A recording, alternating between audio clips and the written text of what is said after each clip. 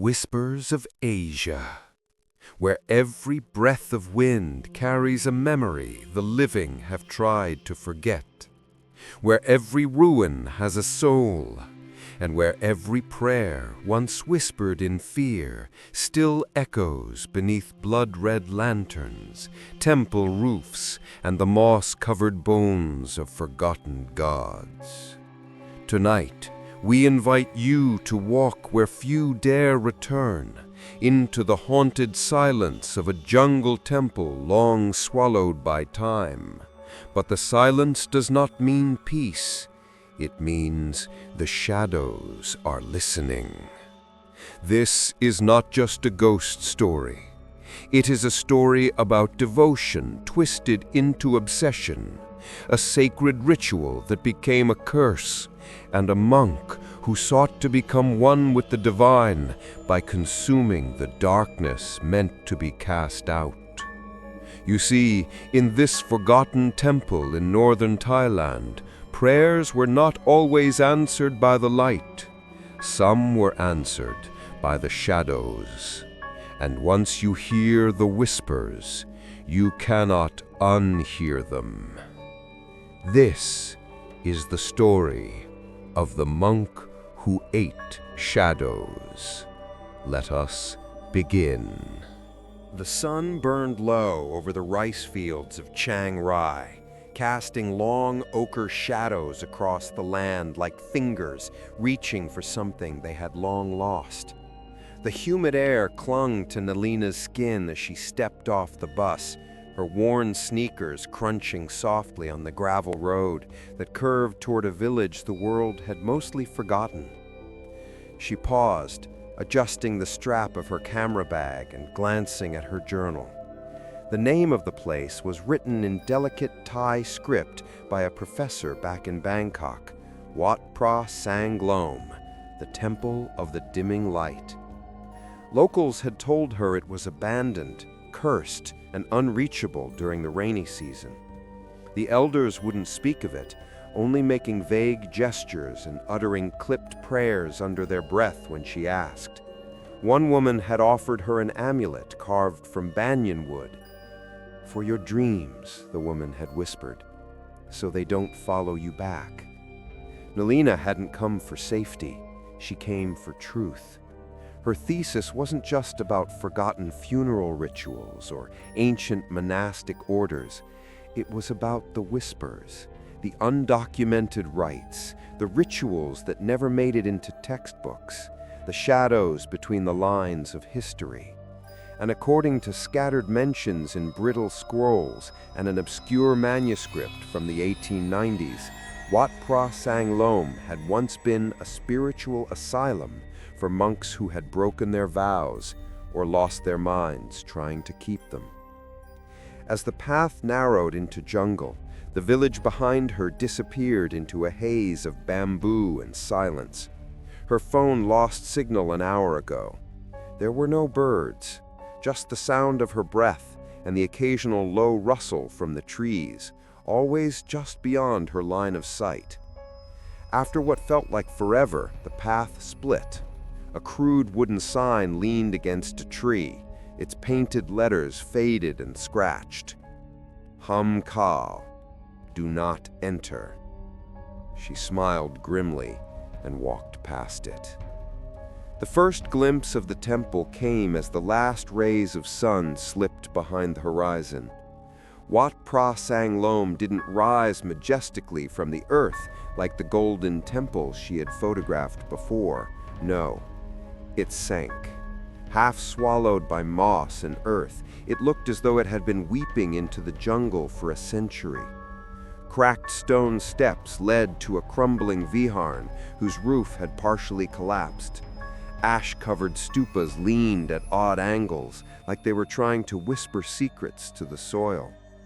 She raised her camera but stopped herself. Something about the silence felt too pure, like photographing it would break a sacred boundary. Instead, she lit a small candle and placed it in front of the main hall. It was an old habit she'd picked up from her grandmother.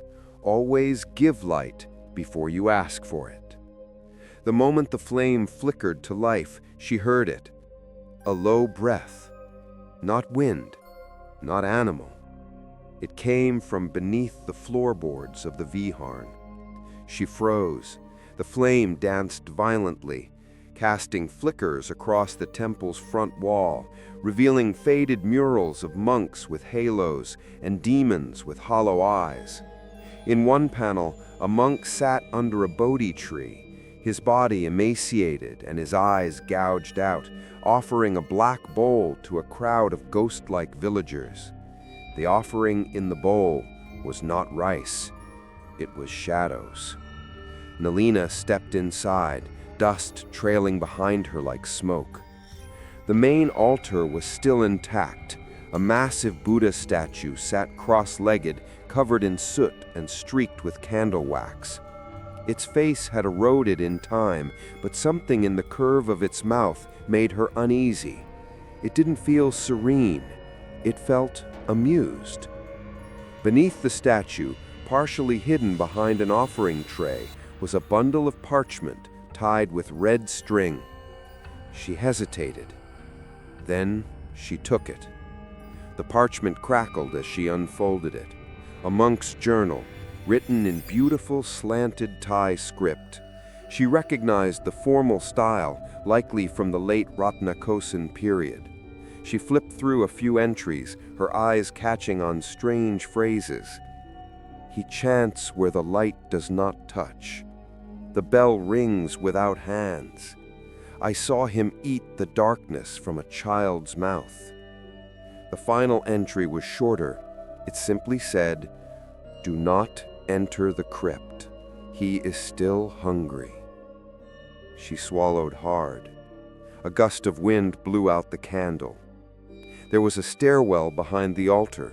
Stone steps, choked in dust and root, descended into the earth. Nalina stood at the top for a long time, one hand gripping the banister. She had come this far, and the darkness below smelled of secrets. With her flashlight dimly cutting through the gloom, she descended. The air thickened with each step, as though she were walking into the lungs of something ancient. The walls were etched with faint carvings, yantras and Sanskrit prayers, but many had been scratched through violently, defaced by claw-like marks. At the bottom of the stairs, she found a room no bigger than a monk's cell. Bones were stacked neatly in the corners, rows of skulls with small slips of paper tucked between the teeth. The room trembled with stillness. At the center was a small shrine, a mirror, cracked in the middle, framed by rotting lotus flowers. Before it sat a statue of a monk in deep meditation. But the statue was wrong. Its mouth was parted and painted black, glossy, wet-looking, like it had just finished drinking something. Nalina lifted her camera to record, but the battery drained instantly, dead in her hands. And then she noticed the reflection in the broken mirror. She stood alone in the crypt, but in the mirror there were two of her, and the second one had no shadow. She bolted from the crypt, up the stairs, through the temple hall, into the night. She didn't stop running until she reached the edge of the jungle path, where she found the same wooden sign waiting for her. Ham Ka, do not enter. But now the paint was fresh. She turned, gasping, and looked back toward the temple. Every candle she had lit was burning again. One by one they flared to life, and though no wind stirred, the prayer bells tied to the roof began to chime, softly, rhythmically, like someone was swaying inside the viharn. Nalina's hands trembled as she took out her backup recorder, still miraculously working. She whispered into the mic, "This is Nalina Vongchai, Chiang Rai Province, Wat Phra Saeng Lom. I believe I've just found evidence of a ritual site lost to modern Thai records. There's a Monk, statue with a black mouth, mirror altar. The shadows here don't behave right, and I think... She stopped, because over her shoulder, a voice whispered, "He thanks you for the light." Nalina didn't sleep that night. She set up camp just outside the temple grounds, not daring to rest inside the Viharn. Her hammock creaked with every shift of her weight, strung between two gnarled trees beneath a sky too cloudless, too still. The jungle around her refused to sing. No cicadas, no frogs, just the occasional sigh of wind, like something old breathing. She played the recording back on her backup device, earbuds pressed tightly into her ears. There was her voice, shaky and breathless. "This is Nalina Vongchai, Chiang Rai Province, Wat Phra Saeng Lom." A pause. Then, not her. A male voice, brittle as dry leaves, whispered near the mic. "He thanks you for the light." She yanked the earbuds out. Her heart thumped like a drum inside her ribs. The voice hadn't been her own. It hadn't even come through the air around her. It sounded inside the recorder, as though it had always been there, waiting for someone to press play. She stared at the Viharn in the moonlight, the ruined roof, the silent prayer bells, the skeletal stupas leaning like drunken monks. The flames from the candles inside were still burning steadily, even though she hadn't lit them again. The temple, she realized, did not want to be forgotten. It had been waiting. At dawn, Nalina re-entered the temple. This time she came prepared, a solar power pack for her camera, a full-spectrum light rig, and most importantly, a set of miniature motion sensors she had borrowed from her lab, used for wildlife studies, but sensitive enough to pick up the movement of a rat or a moth. She placed one near the Buddha statue, another at the stairwell to the crypt, two more hidden in the corner where shadows gathered like dried blood. She then descended the steps again. The air below was colder today, not in temperature, but in presence, the kind of cold that clings to your bones and makes your breath feel borrowed. She swept the flashlight along the walls. More etchings had emerged since yesterday, or perhaps she had simply missed them. Glyphs that looked like malformed yantras, with lines bent inward like mouths swallowing themselves. Thai script corrupted and slashed through. There were 4 pillars in the crypt, each carved with a single repeated phrase in soot-black ink. Binda Pat Nao, the offering of shadows. She whispered it aloud, and the mirror altar began to hum. She aimed her camera at the statue of the monk. Last night its mouth looked wet. Today it looked dry, cracked and flaking, as if the black paint had begun to peel. She zoomed in. The cracks weren't random. They formed lines, deliberate and curved. She followed the pattern, tracing it with her eyes down the statue's neck, its chest. The statue had teeth carved inside its mouth. She stepped back. On impulse, she lifted the old journal she had found under the Buddha yesterday and flipped through the pages again. The entries grew more erratic toward the end. One read, "I lit no candle, but I saw light. It came from his mouth, but it was not fire. It was absence." Another, smeared with red ink, "The mirror shows what the temple hides. Do not let it speak your name."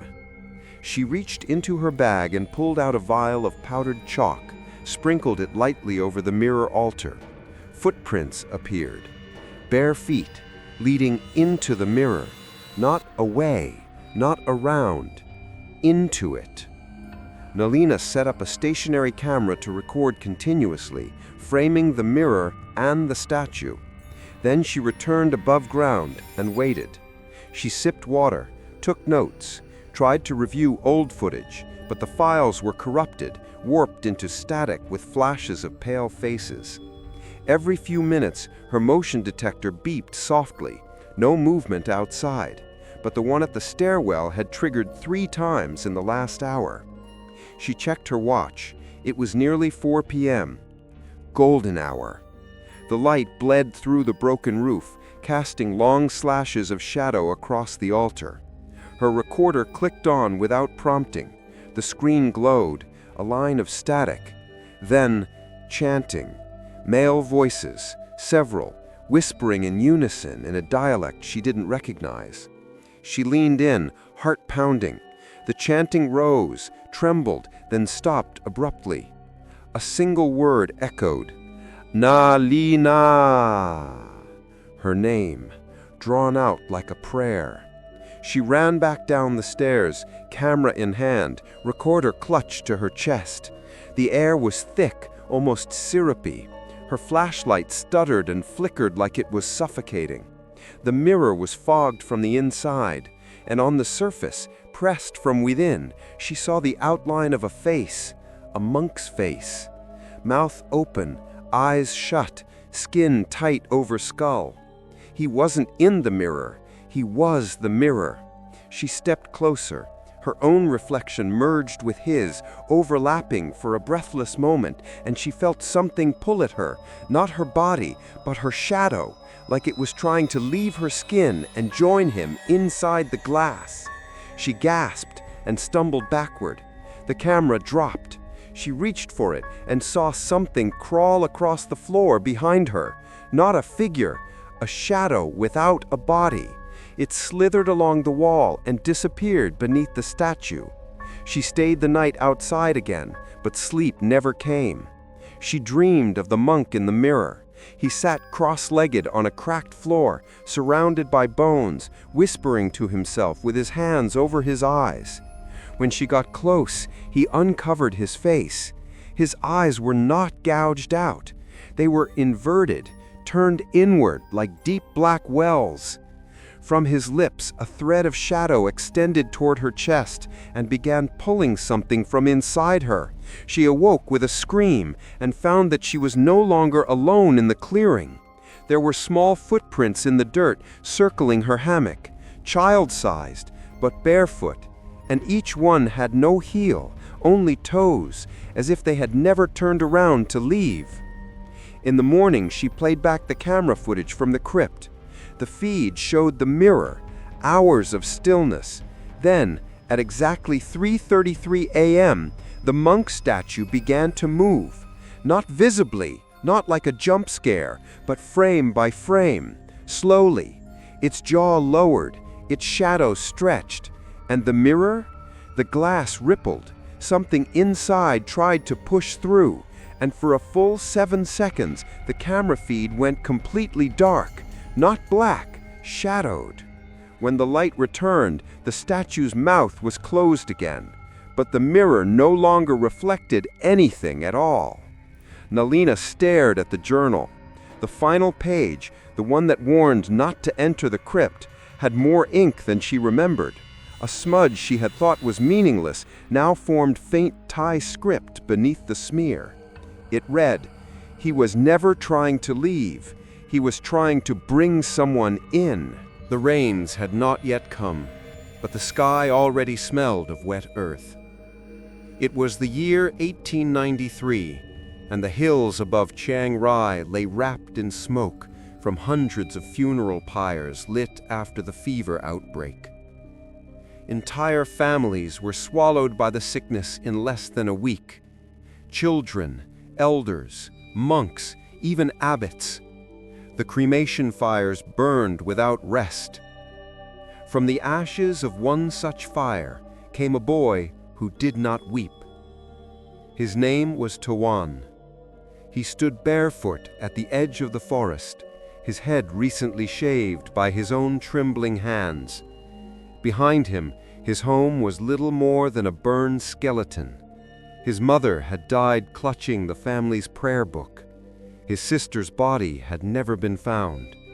It was said the fever had turned her mad, made her wander into the jungle, where the spirits of the sick dragged her beneath the roots. Tawan said nothing. Not during the rituals, not during the offerings, not even when the head monk from the nearby temple, Wat Phra Saeng Lom, came down to the village and offered him a place in the monastery.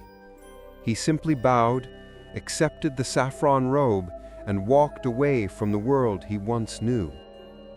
He did not speak for 3 months. The monks at Wat Phra Saeng Lom took pity on the boy. He was obedient, silent, and thin as a stalk of incense. The temple itself was a secluded place, hidden deep in the mountains, built over what was once an ancient ossuary, a chamber of bones where monks of old had sealed their bodies after death to prevent corruption from spilling into the next life. Most monks never entered the crypt beneath the viharn.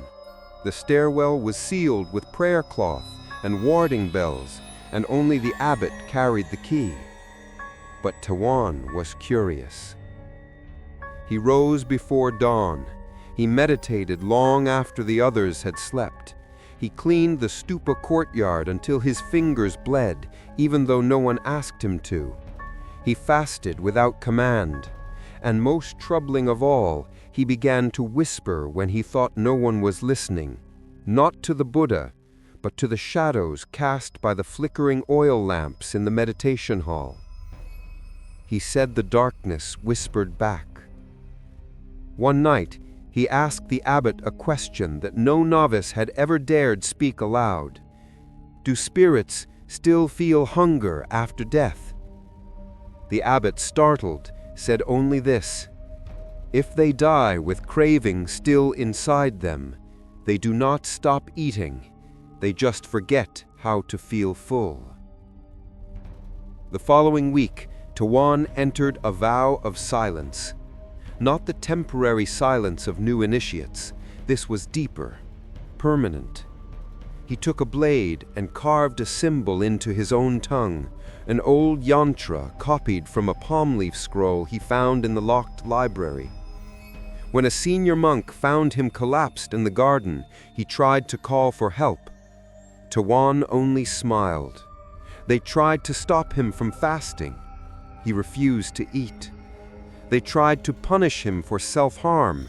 He did not respond. And when they removed all holy texts from his cell, he began writing new ones, with soot, with blood, with charcoal scraped from the candle stubs. The words were not prayers. They were names. Names of those, he said, were still in the temple. When the abbot confronted him privately, Tawan finally spoke, not with his mouth, but through a brittle scroll he handed over with shaking hands. The scroll contained one phrase repeated over and over: I must eat the dark before it eats me. That night, the bells began to ring.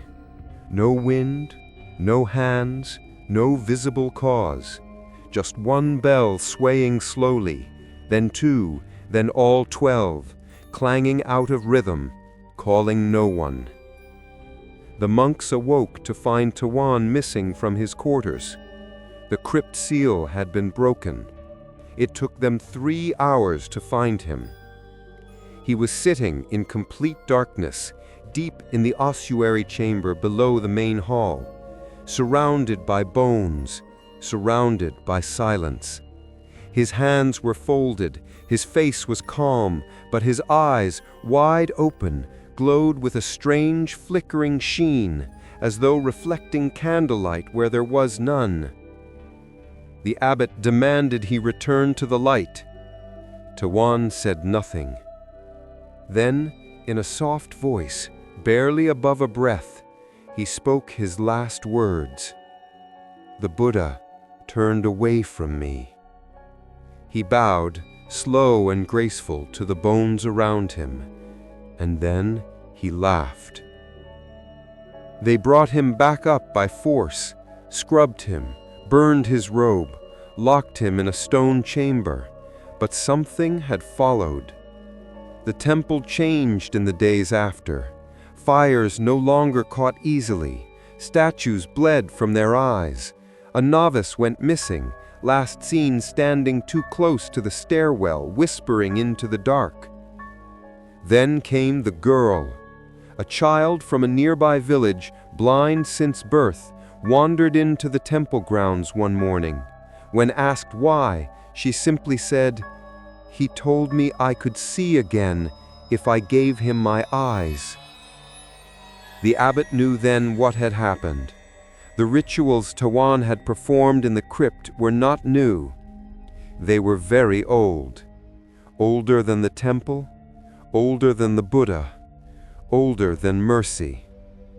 Rites of shadow feeding, spiritual cannibalism practiced by fringe ascetic sects who believed enlightenment came from not banishing the dark, but devouring it.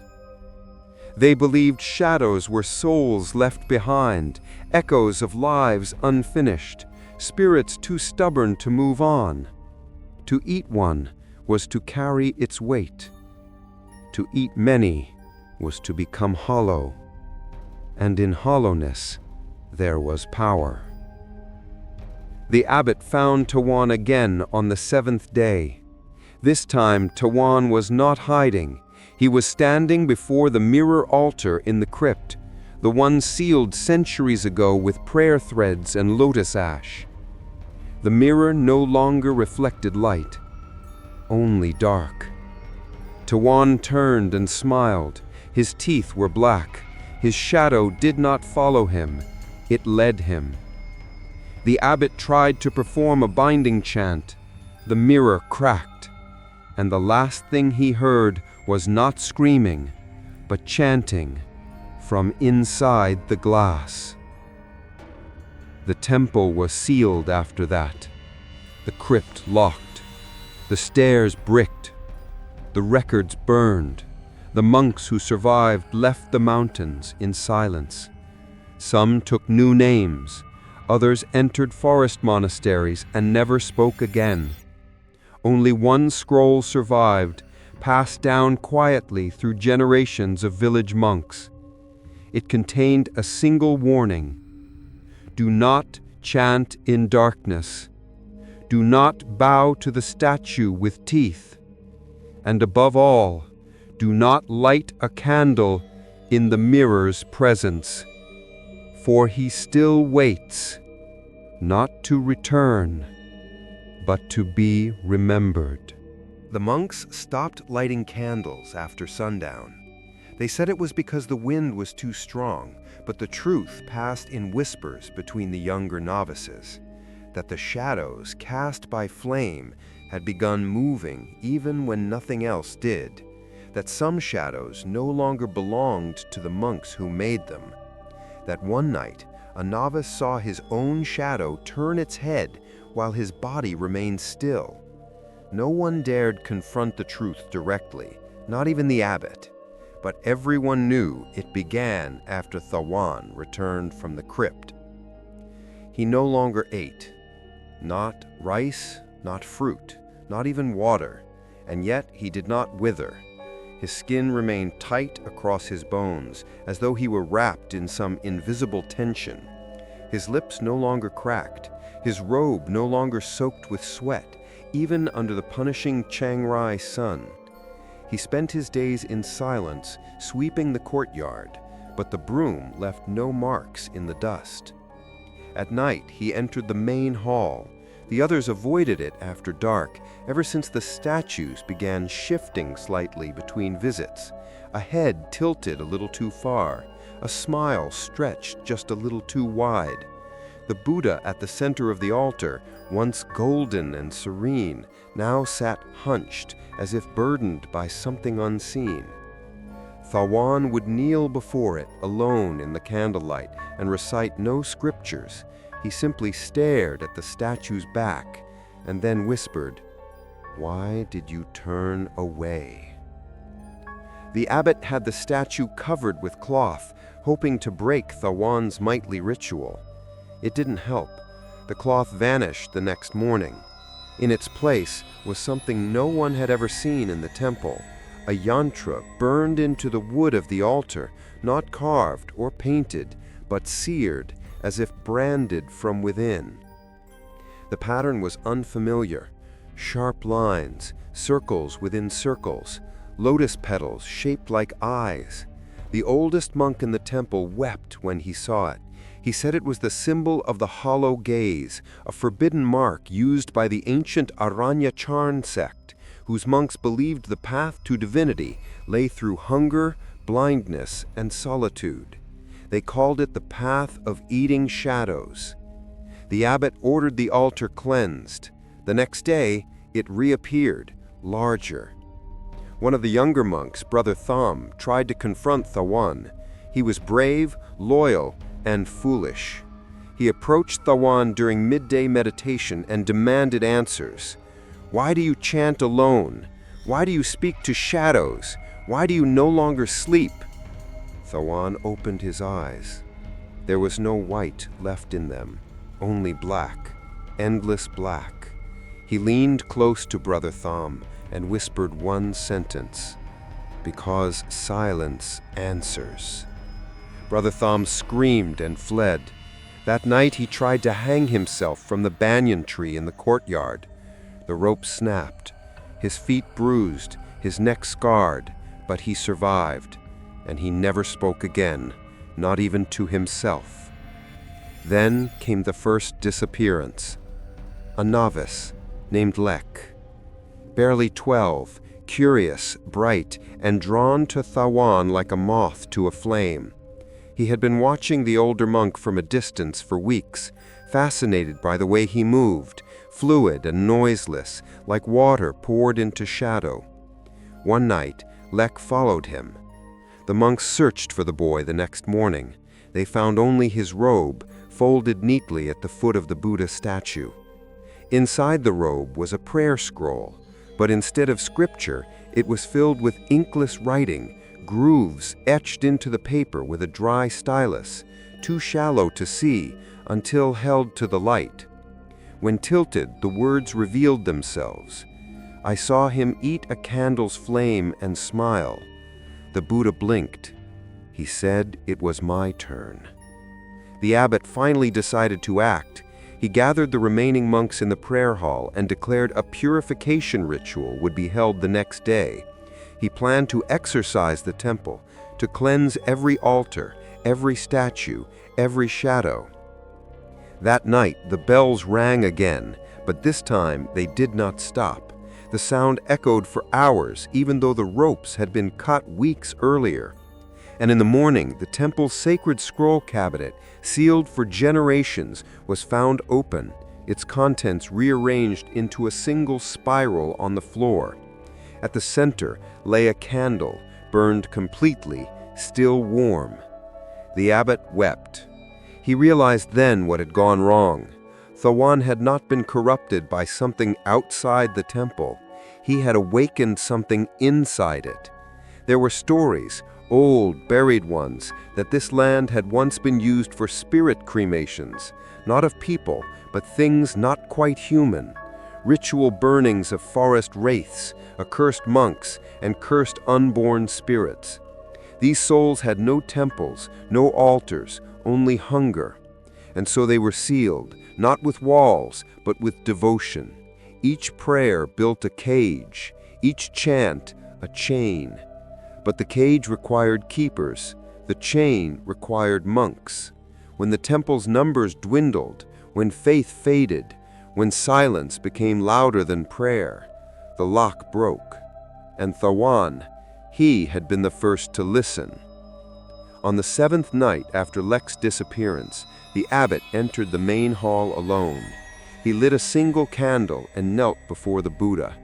He whispered a prayer older than the temple itself, one that had been passed down not through text, but from one abbot to the next, mouth to ear, like a secret too dangerous to write. He prayed for forgiveness, not for Thawan, for himself, because he had once heard the whispers too, long ago. And instead of warning the others, he sealed the crypt and hoped the bones would keep quiet. As he finished the prayer, the flame went out, but the hall remained lit, not by sunlight, not by fire, but by shadows moving across the walls, reflecting a source that didn't exist. The abbot looked up, and the Buddha was smiling. Its eyes had opened, and behind it, he saw a figure rising, slow and weightless, a monk without a shadow, his mouth open wide enough to swallow the sun. The next morning, the abbot's chamber was empty. Only his journal remained. The final entry read, "He no longer worships the Buddha, he worships the space behind it. And now, so do I." Nalina awoke to find the jungle too quiet. She hadn't meant to fall asleep. She'd stayed up reviewing footage until past midnight, scribbling notes by candlelight. But at some point, exhaustion took her. The camera was still on her lap. Her pen rested on a page half covered in frantic sketches, the cracked mirror, the black-toothed statue, the spiral patterns she saw in the dust. She blinked, rubbed her eyes. The sun was high now. Morning mist had burned off. But something was wrong. She reached into her bag for the handheld mirror she always carried, a habit left over from her grandmother, who taught her that mirrors reveal more than reflections. She angled it toward herself and froze. She was there, but her shadow wasn't. She stood, panicked, spinning slowly under the sunlight that filtered through the trees. No tricks, no clouds. The sun was strong, cutting sharp angles across the temple courtyard. But when she moved, nothing followed her. No outline, no silhouette, no trace. It was as though light passed straight through her. She whispered aloud, voice trembling, "I don't have a shadow." No response, only the slow creaking of the prayer bells in the distance. She ran back to the main vihan.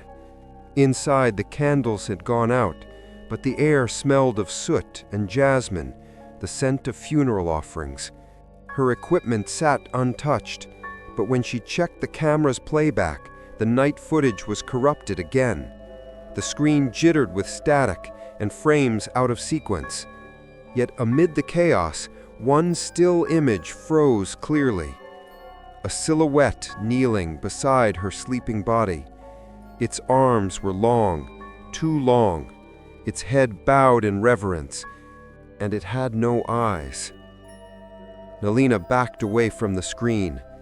She didn't remember anything, no dreams, no movement, but her arms ached, and her throat was sore, as if she had been whispering all night. She opened her notebook. There were new pages written in it, pages she didn't remember writing. They were full of chants, in Thai, in Pali, in something older. One phrase repeated again and again, filling the margins. "He eats the light to give birth to darkness." She slammed the book shut. She fled the vihan and went back to the crypt entrance, but now it was sealed again. Bricks, solid, no sign of the stairwell she had climbed twice before.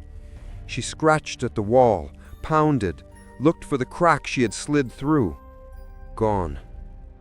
The temple had changed overnight. It was hiding him again.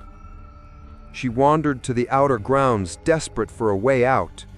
The jungle path, the same one she had followed 2 days ago, seemed overgrown now. Branches blocked the trail, roots broke through the soil like veins. It didn't look like a path anymore, more like a trap. Her compass spun in circles. The sun, once overhead, now sat low behind the mountains, though it was barely past noon. Time was folding in on itself, and as she turned to look back, the temple no longer appeared abandoned. Smoke curled from incense burners. The golden trim of the vihan glinted in the dying light, and a monk stood by the stone gate, his back to her, sweeping the ground. She took one cautious step forward. "Monk?" No response. She stepped closer. He was tall, his robe tattered, his back hunched slightly, as if heavy with unseen weight. She raised her voice. "Excuse me? I think I'm lost." The monk stopped sweeping, but he didn't turn. Instead, he raised his left hand holding something small, a mirror shard reflecting the trees behind her. She looked into the shard and saw herself, standing still. But the reflection, it moved. Her shadow returned, but on the other side of the mirror, reaching out, clawing, smiling. She screamed. The monk dropped the mirror. It shattered, and in that moment, all the prayer bells rang at once, violently, chaotically, as if warning the spirits rather than calling them in. The monk turned. His eyes were sewn shut with black thread. His mouth was full of ashes, and where his shadow should have fallen across the stones, there was only firelight. Nalina ran, back through the stupa yard, through corridors she didn't remember walking before. The temple expanded around her like a maze, or like something breathing, exhaling stairwells and doorways and cloisters that had not existed the day before. She collapsed in a hidden alcove behind the library wall, trembling.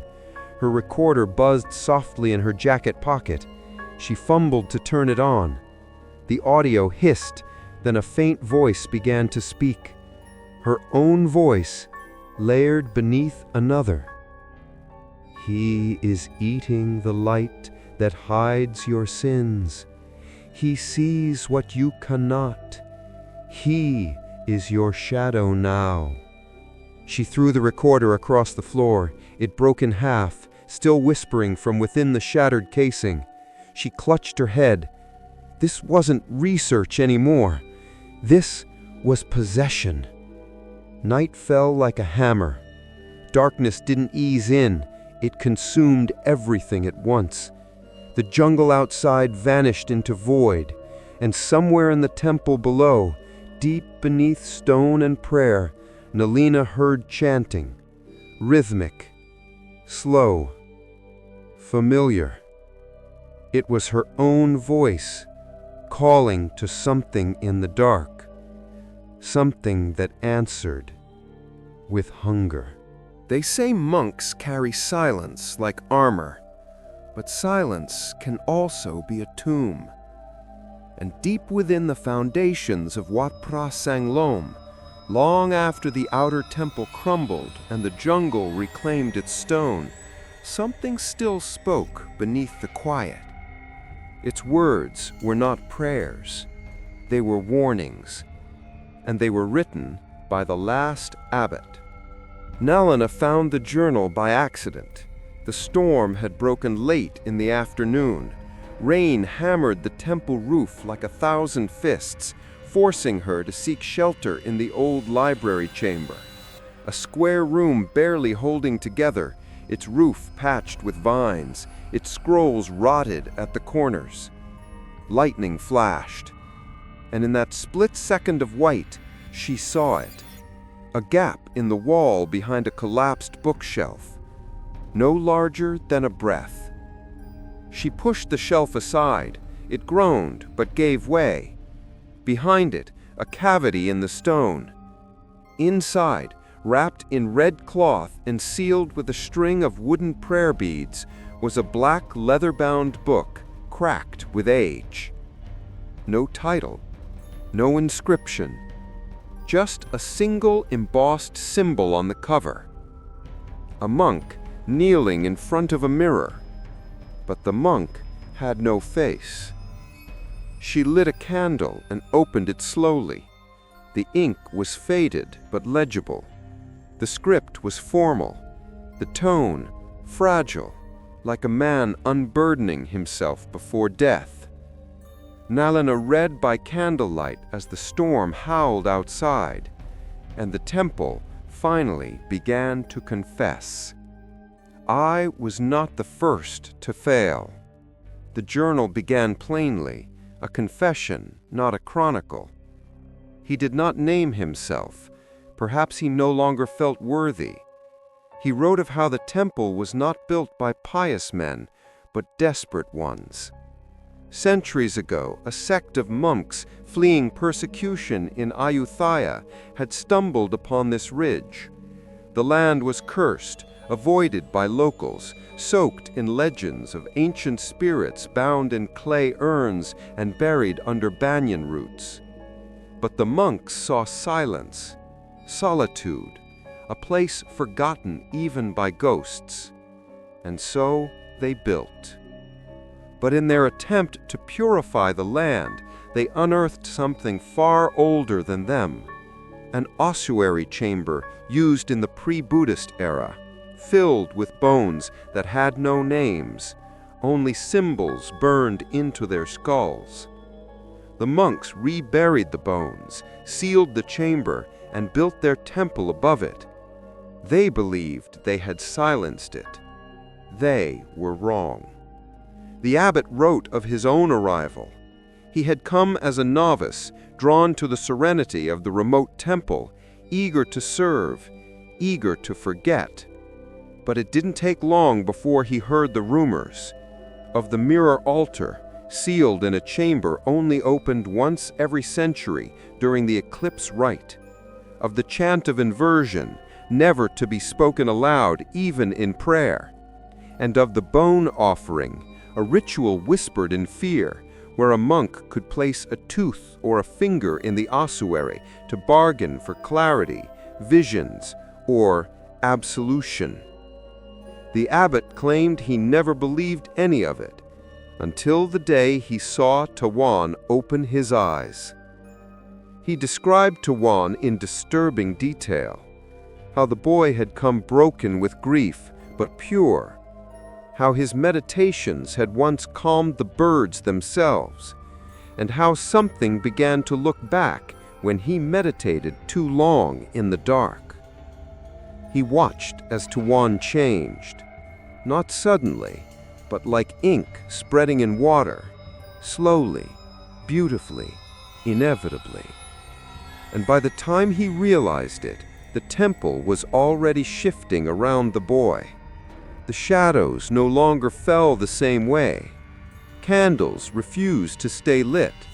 Reflections grew deeper. One night, the abbot saw Tawan walking without footsteps, and he knew the seal had cracked. But here, the abbot's voice changed. Gone was the tone of shame. What replaced it was guilt. He revealed something Nalana had never imagined, that he, the abbot, had once performed the shadow rite himself, long before Tawan. In his youth, desperate for vision, he had descended into the ossuary chamber alone, whispered the chant, offered a fingernail and a lock of hair, and in return, he saw. Not the future, not spirits, but his own reflection kneeling beside him, smiling. And from that moment forward, his prayers were always answered, but never in the way he expected. He rose through the monastery ranks, but something always followed. And when Tawan came, the thing recognized him. The abbot believed Tawan had not created the curse. He had simply inherited its burden. The last pages were frantic, written in shaking script, ink smeared and words crossed out. One line repeated, "He is not a ghost. He is a prayer answered the wrong way." The temple, the abbot believed, had become a vessel, a mirror turned outward. And when enough people prayed without understanding, the mirror reflected what they truly wanted, not peace, not light, but escape. And in escape came hunger, spiritual hunger that could never be sated. Tawan had simply opened the gate wider. He was not the first. He would not be the last. The final paragraph was written in red ink, as if blood had replaced prayer. Do not speak your own name in the mirror. Do not feed it with questions. Do not light candles after dark. For once the temple knows you, you belong to it. Nalina closed the book with trembling hands. Outside, the storm had passed, but the candle did not flicker.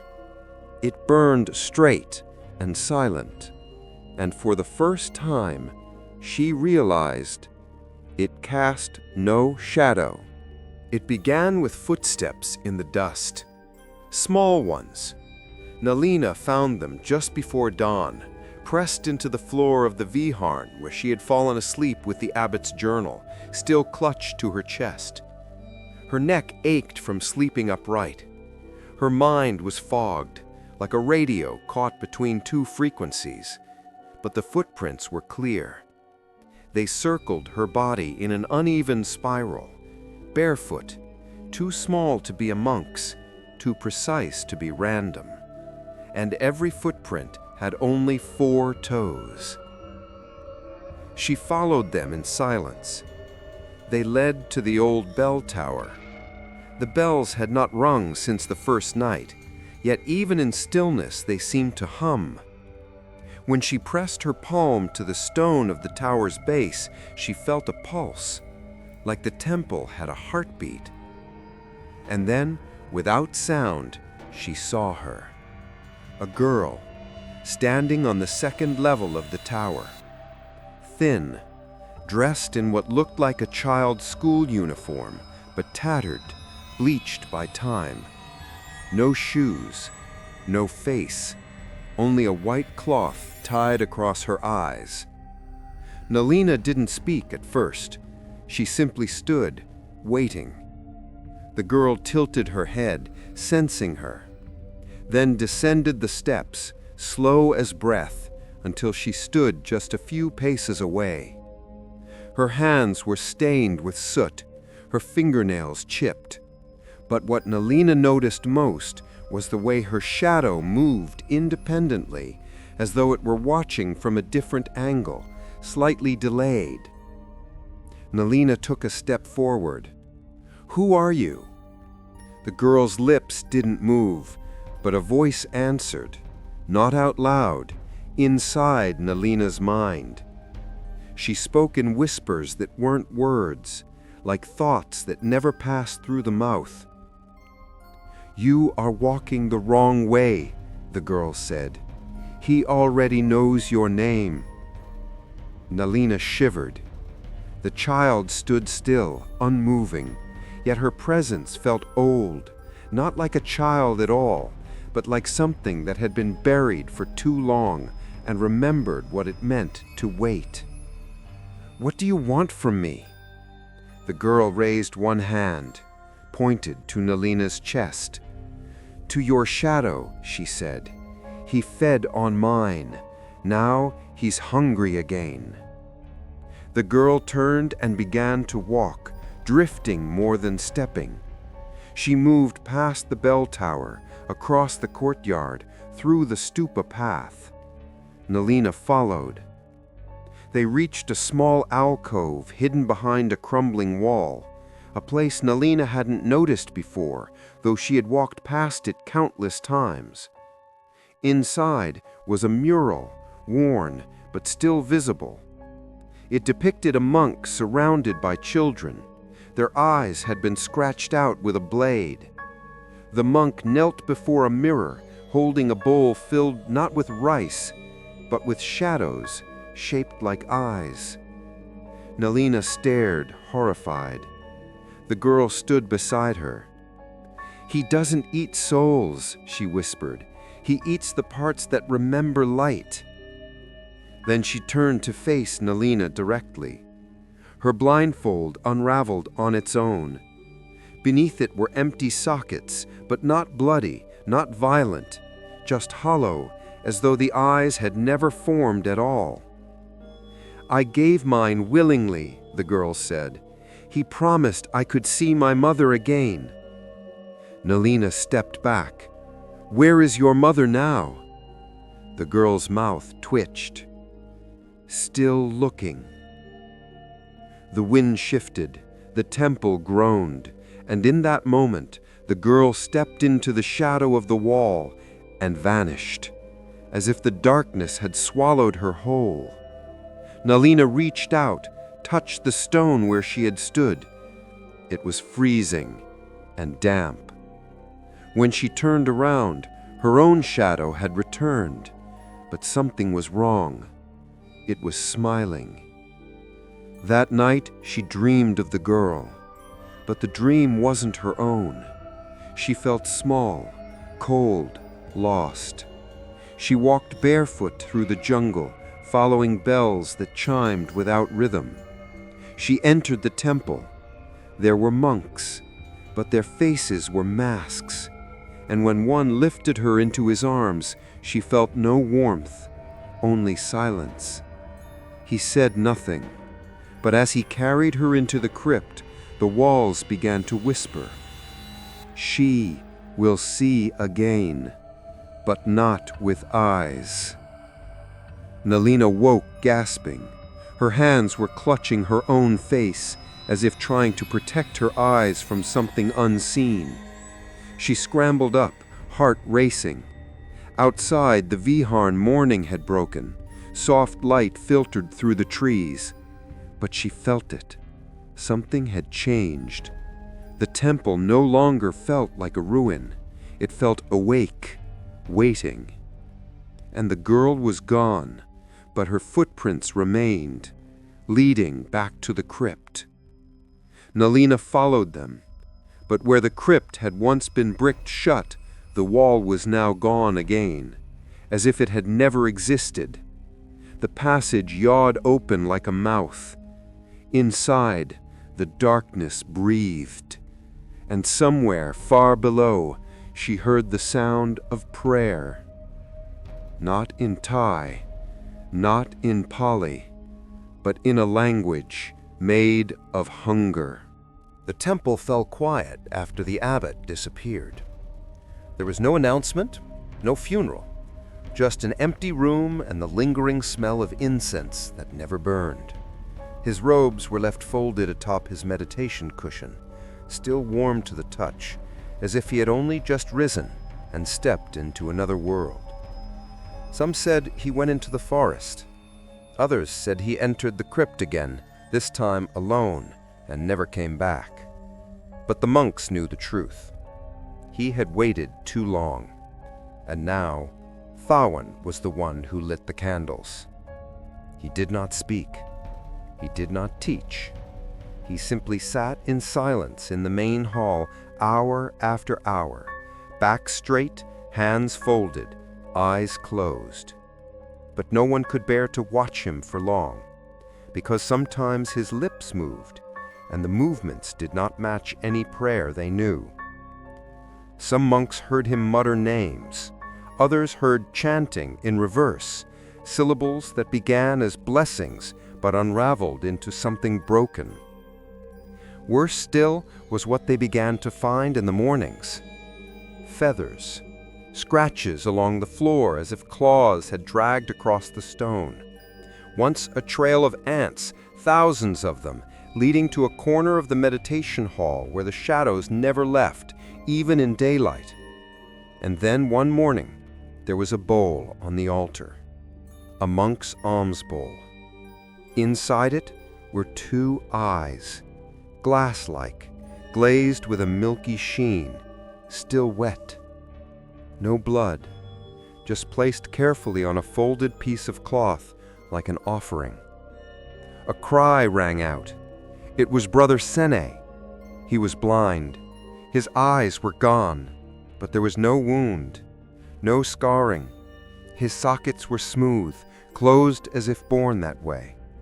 And when the monks asked what happened, he only smiled and whispered, "Now I see only what matters." He never spoke again. That same day, Thawan disappeared again. The monks searched the temple in silence, though none truly wished to find him. but it was a novice, young Keat, who did. He followed the sound of bells, not the large ones, but the small funeral chimes that only rang during cremation rites. They led him to the ossuary stairwell, long since bricked shut, except now it was open.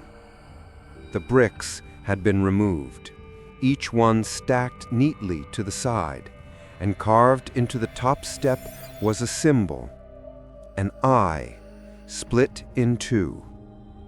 Keat entered the crypt. He was gone for less than an hour. When he returned, his skin was pale, his voice hoarse. He collapsed at the temple gate, clutching something in his fists. The monks gathered around him, trying to lift him, to wake him, but he would only whisper one sentence. "He asked me to bring mine." They opened his hands. In each palm was a single eyelash from someone else.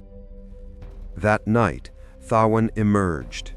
He was wearing the abbot's robe, and in his hands was a mirror.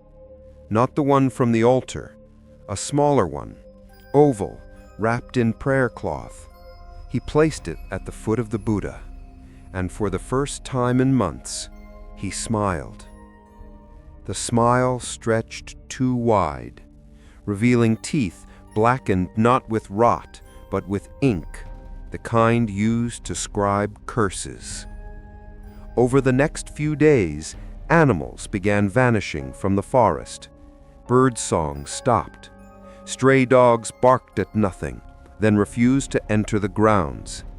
Even the insects kept their distance. But the footprints continued, small ones, leading from the jungle to the temple steps. Some were barefoot, some looked like hands. On the seventh day, the villagers came, not to pray, but to confront. They demanded to see the abbot. When they were told he was gone, they demanded to see whoever led in his place. Thawen stepped forward, and the crowd fell silent. There was something wrong about the way he stood. Too still, too symmetrical, as if his body remembered how to move, but hadn't needed to in a long time. He did not speak. Instead, he lifted the mirror and turned it toward the crowd. No reflection, just darkness, and the faint sound of chanting, not from the temple, but inside the glass. That night, a child disappeared, then another. By morning, 3 more were missing. Only their toys remained, placed neatly in a circle near the banyan tree at the edge of the monastery. At the center was a bowl. Inside the bowl were 2 black threads, eyebrows, arranged like petals. The head monk who remained, old brother Arun, tried to confront Thawen. He carried with him an ancient bell, said to banish spirits when rung during a full moon. He found Thawen in the crypt, kneeling before the mirror altar, surrounded by bones that had been polished clean. He rang the bell 3 times. Thawen did not flinch. He simply opened his mouth, and from his throat came not a sound, but smoke, thick, black, curling like fingers. Brother Arun screamed. He threw the bell. It shattered, and so did the mirror, but not completely. The largest shard remained, and in its surface was not a reflection, but a girl, blindfolded, weeping without tears, mouthing a single phrase. "He took my eyes so I could see him." Nalina had stopped counting the days. Time no longer moved forward in Wat Phra Saeng Lom. It twisted, folded, spilled into itself like water spiraling down a drain that never reached the bottom. Sometimes she would see the sun rise twice in the same morning. Other times, dusk arrived before noon, painting the temple grounds in bruised reds and mournful gold. She marked one more tally on the wall of the viharn using a charcoal nub, a useless gesture, but it made her feel real. She no longer trusted the mirrors. She had broken the small one in her pocket. She had draped a cloth over the polished bronze altar tray that reflected the candles backward. She had even stopped looking into her camera's lens, because she had seen something move behind her, and it hadn't been her. That morning, she noticed something strange in the footage she had left recording overnight. The crypt, framed by static camera. Dark. Still. Until 3:33 a.m. The timestamp flickered. The walls began to ripple. Not the air, the walls, like they were made of cloth instead of stone.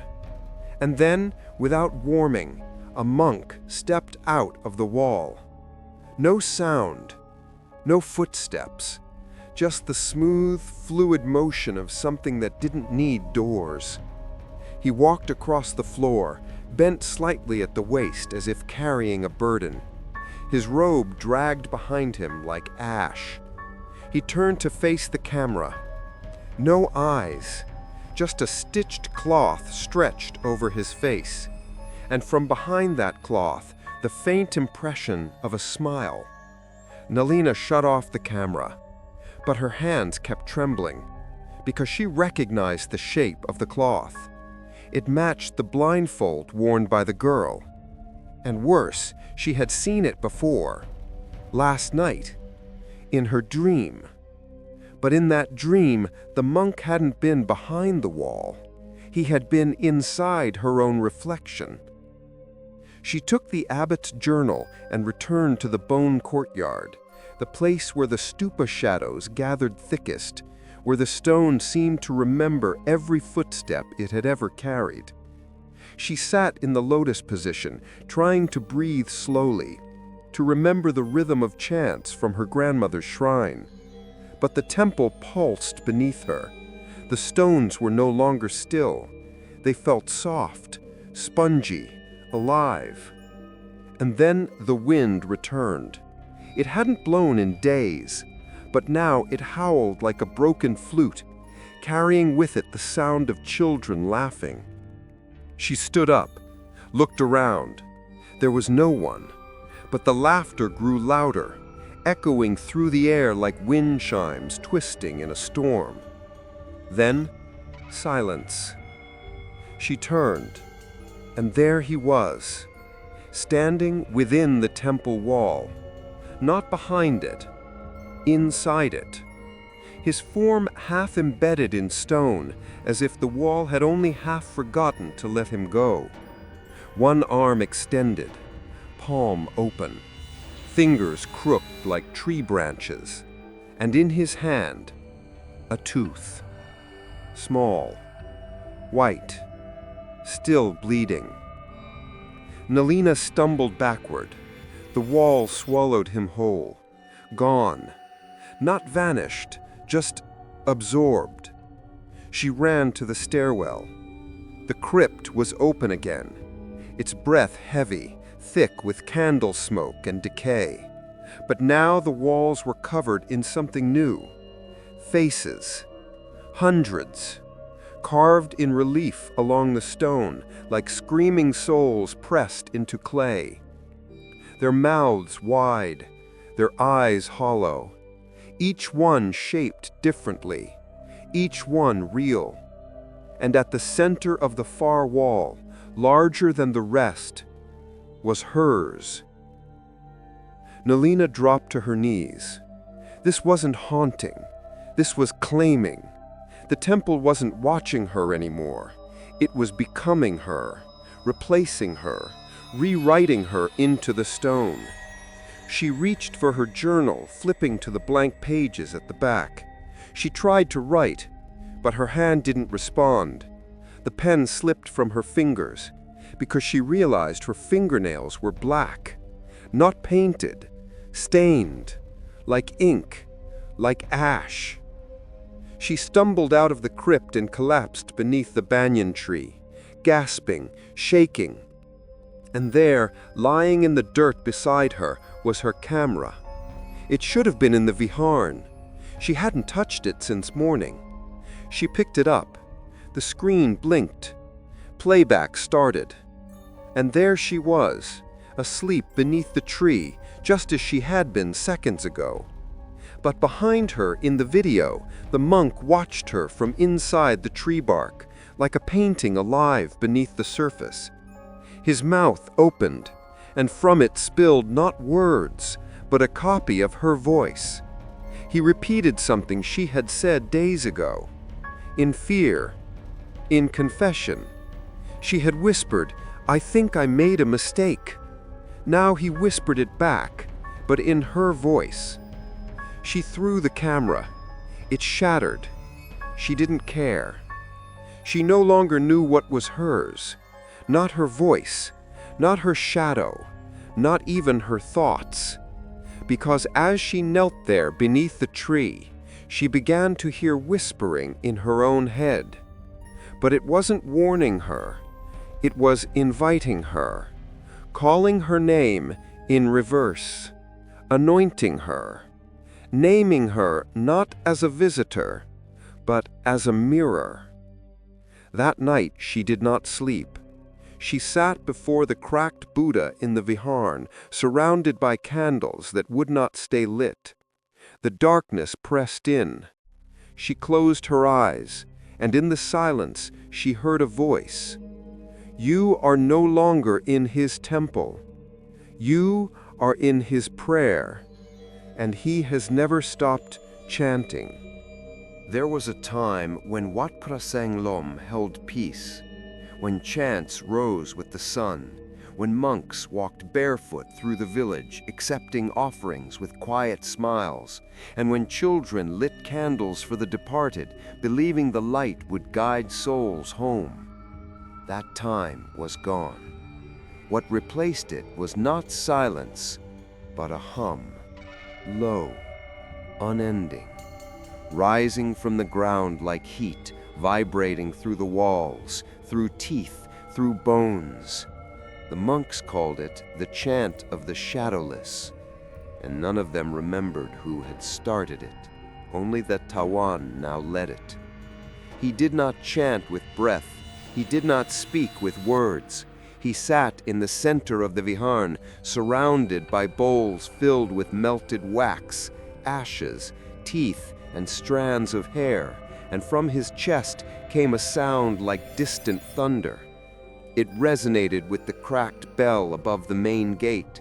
It echoed in the ossuary crypt below, and it changed everything it touched.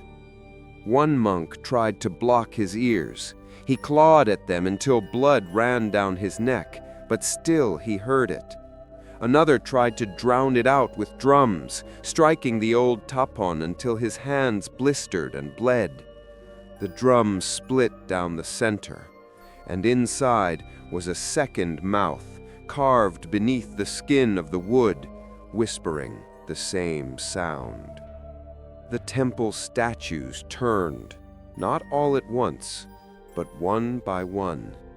Every Buddha, every Bodhisattva, every guardian spirit carved into wood or stone began to face a new direction, no longer looking outward toward the faithful, but inward toward the center of the hall where Tawan knelt. They bowed to him now. The remaining monks prepared a final rite, a binding ritual older than the temple itself, passed through breath and blood, never written. They gathered beneath the Bodhi tree with incense, salt, and the last vial of blessed water carried from a sacred spring near Sukhothai. 6 monks, 1 elder. They chanted, hands joined, hearts steady. But the wind died, the birds fled, and from within the tree itself came laughter, not cruel, not loud, just knowing, like a child watching adults pretend they know the rules. Then came the fire. Not from the sky, from the soil.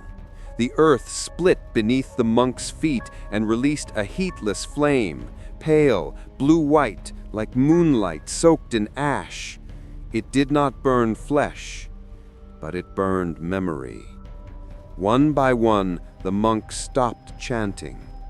Not because they forgot the words, but because they no longer remembered why they were chanting.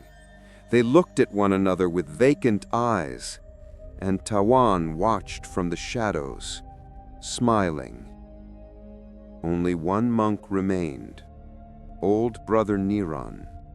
He stood trembling, clutching the last verse in his throat, hands locked in a mudra of protection. He looked into the temple and saw Tawan's shadow standing alone. The body was gone. Only the shadow remained, tall, broad-shouldered, mouth open wide in song. And as Brother Niran took one final step forward to finish the ritual, he realized his own shadow had vanished. The binding failed, the temple groaned, and the chant grew louder. Now it echoed across the hills, down the jungle paths, through the roots and into the village. Infants cried, elders wept, dogs howled until their throats bled. And the villagers who had once whispered of the temple's holiness now locked their doors at dusk, drawing salt circles around their homes, pressing mirrors face down under their mats so that nothing could watch them while they slept. Because the chant no longer stayed within the walls. It had learned to travel. The final days came quickly. One monk found a scroll in his robes that he had never seen before. It read, "You are already chanting, you just haven't opened your mouth yet." Another found his own face carved in the pillar outside the crypt, eyes closed, mouth sewn shut, hands held together in prayer, but backwards, palms out, fingers locked around nothing. By then, it no longer mattered who believed. The temple believed for them. It had become its own monk, its own god. And Tawan? Tawan had become the echo. No longer flesh, no longer memory, only a song caught between walls, a hunger that needed voices to survive. And so it waited, quietly, until someone lit another candle, until someone descended the stairs again, until someone asked a question in the dark. And then it would begin again. The chant, the shadow, the offering, and the mirror would open. The temple no longer creaked. It breathed. Nalina felt it with every step. The stone beneath her feet flexed subtly, as if muscle pulsed just beneath the surface. The air hung damp and warm, not like the jungle outside, but like the mouth of something living. She had not eaten in 2 days. She had not slept in 3. Her recorder was gone, her journal stolen by wind or spirit. But none of that mattered anymore. The girl's footprints had returned in the dirt, and they led downward, back to the crypt. This time, the descent felt endless. The steps multiplied. She lost count after 30. The air thickened, tasted of metal and wet clay. The walls began to change, no longer carved stone, but bone. Layer upon layer of skulls and ribs pressed into the foundation, arranged like decorative lattice. Some still had teeth. Some had names scratched into their foreheads. Her light flickered. She heard chanting, not around her, within her. A sound pressed against her ribs, rising like breath through an old flute. It wasn't hers. At the bottom of the stairwell, the crypt had changed again. The mirror altar was gone. In its place was a hole in the earth, circular and smooth, ringed with hundreds of finger bones pointing inward. The air above it shimmered, not with heat, but with memory. Images blinked across its surface.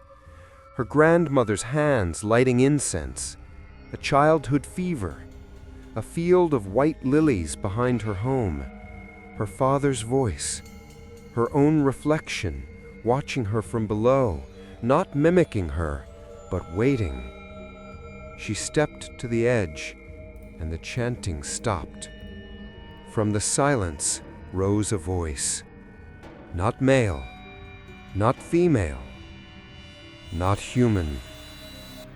"You are the last reflection," it said. "The others came to pray, you came to see, and now you will." Nalina fell forward, not with force, with surrender.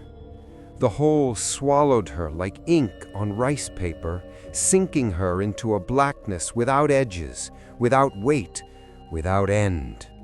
She opened her eyes and found herself standing in a chamber, lit by 1,000 candles that cast no light. Before her stood a mirror, framed in gold, tall as a doorway, cracked but not broken. Inside it, herself, but not. This version of her wore the monk's robe, blackened fingers, eyes stitched shut, a rosary of teeth around her neck. And when it smiled, its mouth did not move, its shadow did. Nalina tried to speak, no sound. She tried to move. Her body obeyed, but the reflection moved first. It stepped out of the mirror. No glass shattered, no transition. It simply walked forward, and now she stood before herself. No eyes, but it saw her. No mouth, but it spoke. "You brought your own offering," and held out its hands. In its palms were 2 mirrors, small, round, like coins. Each showed a memory, her mother's face and Tawan's. She reached out, unable to stop herself, and touched the surface of the left mirror. Her mother's face began to cry, but the tears were black. The reflection stepped closer. "Now you must remember," it whispered. "Remember what you were before you came here, before you sought answers, before you believed light was safe." And in that moment, Nalina did. She saw it, the image hidden in the oldest temple scrolls. A monk sitting in a sea of bones, whispering to his own shadow. Eyes eaten, tongue offered, and in his hands, not a bowl, but a camera. She gasped, her voice returned. "This isn't memory, this is prophecy." The reflection bowed and whispered, "All mirrors are." Then everything shattered. Not the mirror, the room. The candles blew out. The air cracked like breaking bone, and Nalina was thrown upward, through the floor, the crypt, the stairs, the vihan, until she collapsed at the altar, coughing blood onto the cracked stone. She was back, but not whole. Her shadow now stood beside her, watching, waiting, smiling. She rolled over, and on the altar, written in ash, was a single sentence. "Now that you've seen him, he can see through you." The temple no longer pretended to be ruins. It breathed, whispered, pulsed like a living shrine, fed by memory, held together by ritual, and waiting for one final flame. Nalina awoke in the center of the viharn. She did not remember walking there. She did not remember rising from the cracked floor of the crypt. But now she knelt before the altar, as if summoned, as if placed. Around her the candles burned in perfect stillness, 20 of them, all arranged in a circle, each one flickering blue, each one casting no shadow. The blindfolded girl stood behind her. Nalina didn't need to turn around to know it. She felt her breath like winter on the back of her neck. "You've come far," the girl whispered, "but it's not the path that matters. It's what you carry at the end of it." Nalina's hands trembled. "What do I carry?" The girl leaned close and said, "His name." The Buddha statue had changed, no longer broken, no longer soot-stained. Its face now resembled Thawan's, smiling, calm, watching. And in its lap sat the old mirror, whole again, gleaming, but pulsing like a heartbeat. Nalina crawled to it, hands shaking. In the glass, she saw not her reflection, but every memory she had ever buried. Her mother's death, her first night alone in Bangkok, the moment she first read about Wat Phra Saeng Lom and thought, "This will be my work, this will be my legacy." She understood now. The temple never wanted scholars, it wanted witnesses. It needed someone to bring remembrance into its walls again, and she had done exactly that. The girl's voice echoed, "You lit the flame, now you must feed it." Nalina looked around. The candles were lowering, their wax evaporating, not melting, dissolving into the air like breath, like song, each one feeding the mirror, each one thinning the wall between flesh and spirit. And in the mirror, Thawan returned, not in robe or body, in light, in shadow, in outline. The smile of someone who had waited so long they forgot they were waiting. He opened his arms, and behind him dozens more figures emerged, monks without faces, children without eyes, shadows that dragged memories instead of feet. Nalina stepped forward. The mirror hissed. She held out her hands. In her left, her grandmother's rosary. In her right, her broken voice recorder. One for faith, one for memory. She placed both at the base of the mirror and whispered, "I give what I brought." The mirror flared, and the last candle went out. Darkness, silence. Then, a single tone, low, long, like a bell struck underwater. And fire returned, but not to the candles, to Nalina. Her skin lit like paper catching flame, but she did not burn. She glowed from within. The monk's smile widened, and in the shadows behind him, the chant began again. But this time, it came from her throat. Nalina opened her mouth. Words she had never learned flowed out, a language without vowels, a prayer made of breath and bone. And with each line, the veil thinned, the walls turned transparent, the sky cracked, and the temple shed its ruins like a snake shedding skin. It became whole again, just as it had been, before silence, before forgetting, before her. The final line of the chant passed her lips, and the mirror shattered. But the shards didn't fall. They hovered, spinning around her like stars caught in orbit. And in each shard, a face, her grandmother, the girl, the villagers, the monks, Dawan, and herself, smiling, smiling, always smiling. She collapsed. Smoke poured from her mouth. The flame died, and the temple wept. Not with water, but with ash. It rained down from the ceiling like blessings turned to dust. The mirror was gone, but its song remained. Inside her. They found her walking barefoot along the edge of the forest, eyes open, mouth closed, clothes soaked with candle wax and ash. A farmer from a nearby village had been tending to his field before sunrise when he saw her appear between the banyan trees. She didn't speak, she didn't cry, she didn't run.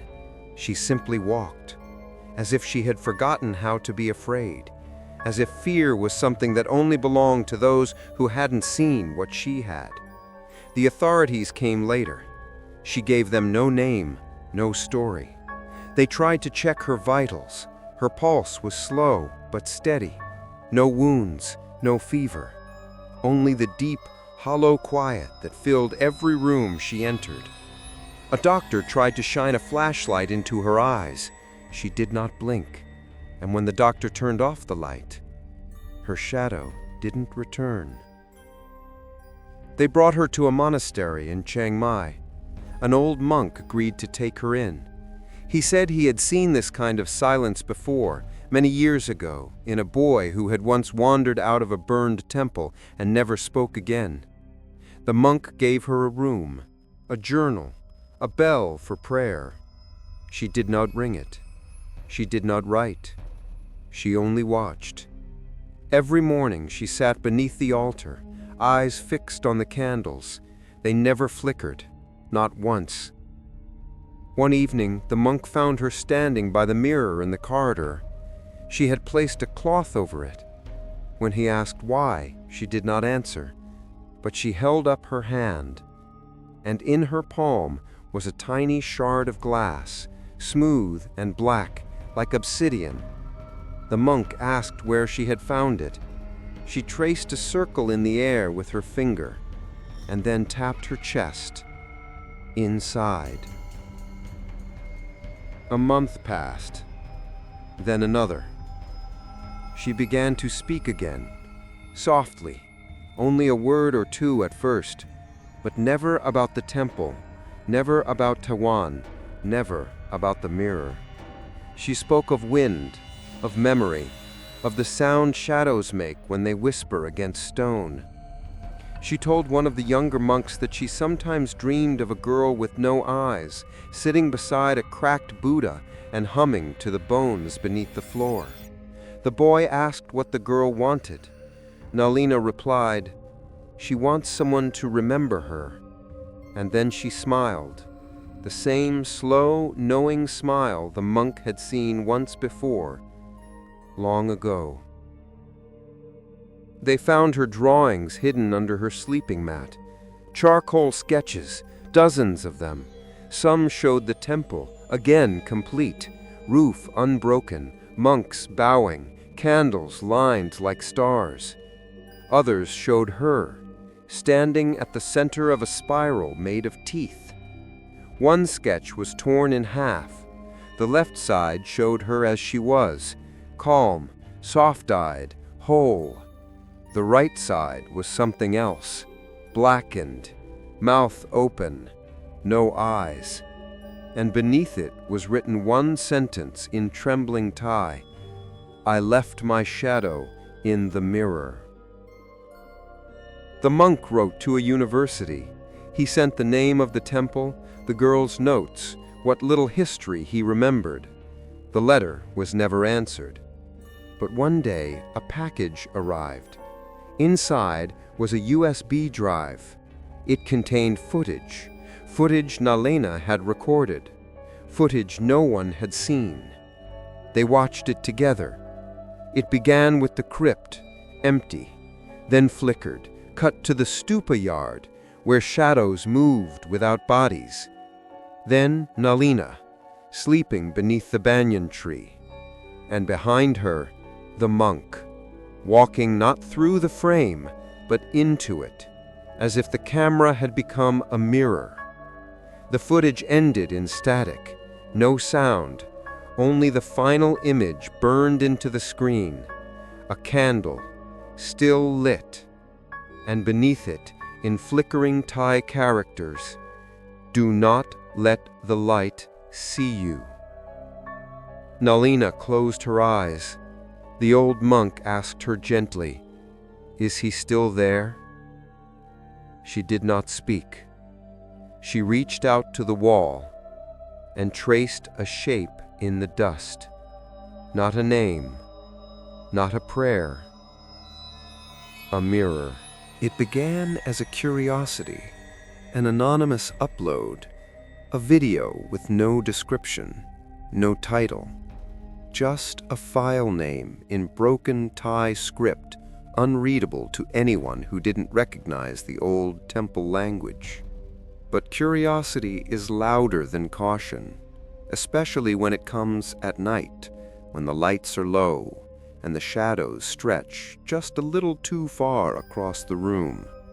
The video was 15 minutes long, black and white, no audio at first, just static and flickers of grain.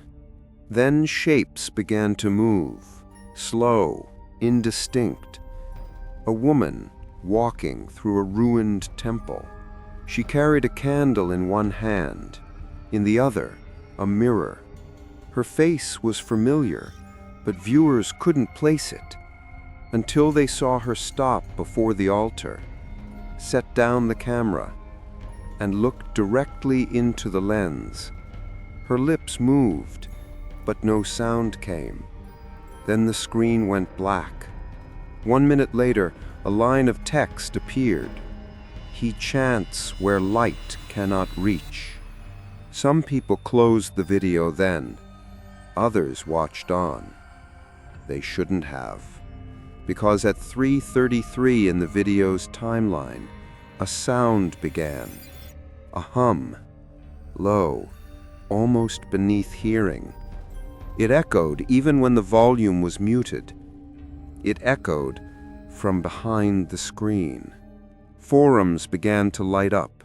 Some said their lights flickered after watching it. Others said their mirrors cracked. A few claimed their shadows didn't match their movements for a few seconds afterward.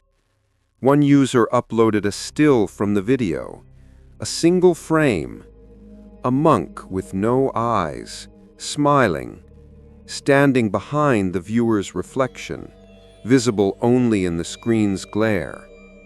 The post was deleted, but not before it spread.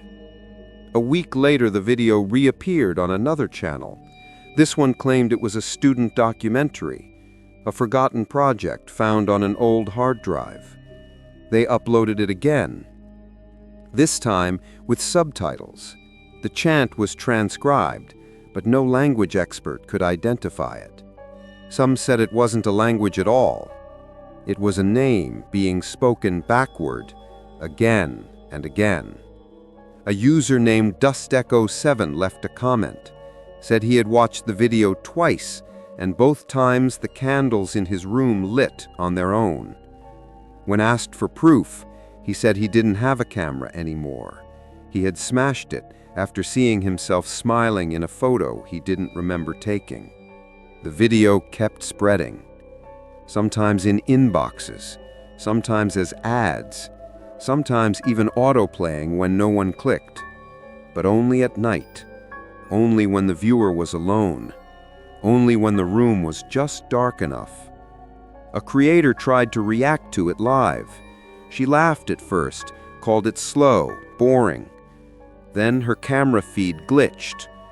For a moment, her eyes vanished from her face, just blank sockets. And when the feed returned, she wasn't smiling anymore. Her chat filled with viewers asking what was wrong, but she didn't respond. She just stared at the screen, as if listening to something only she could hear.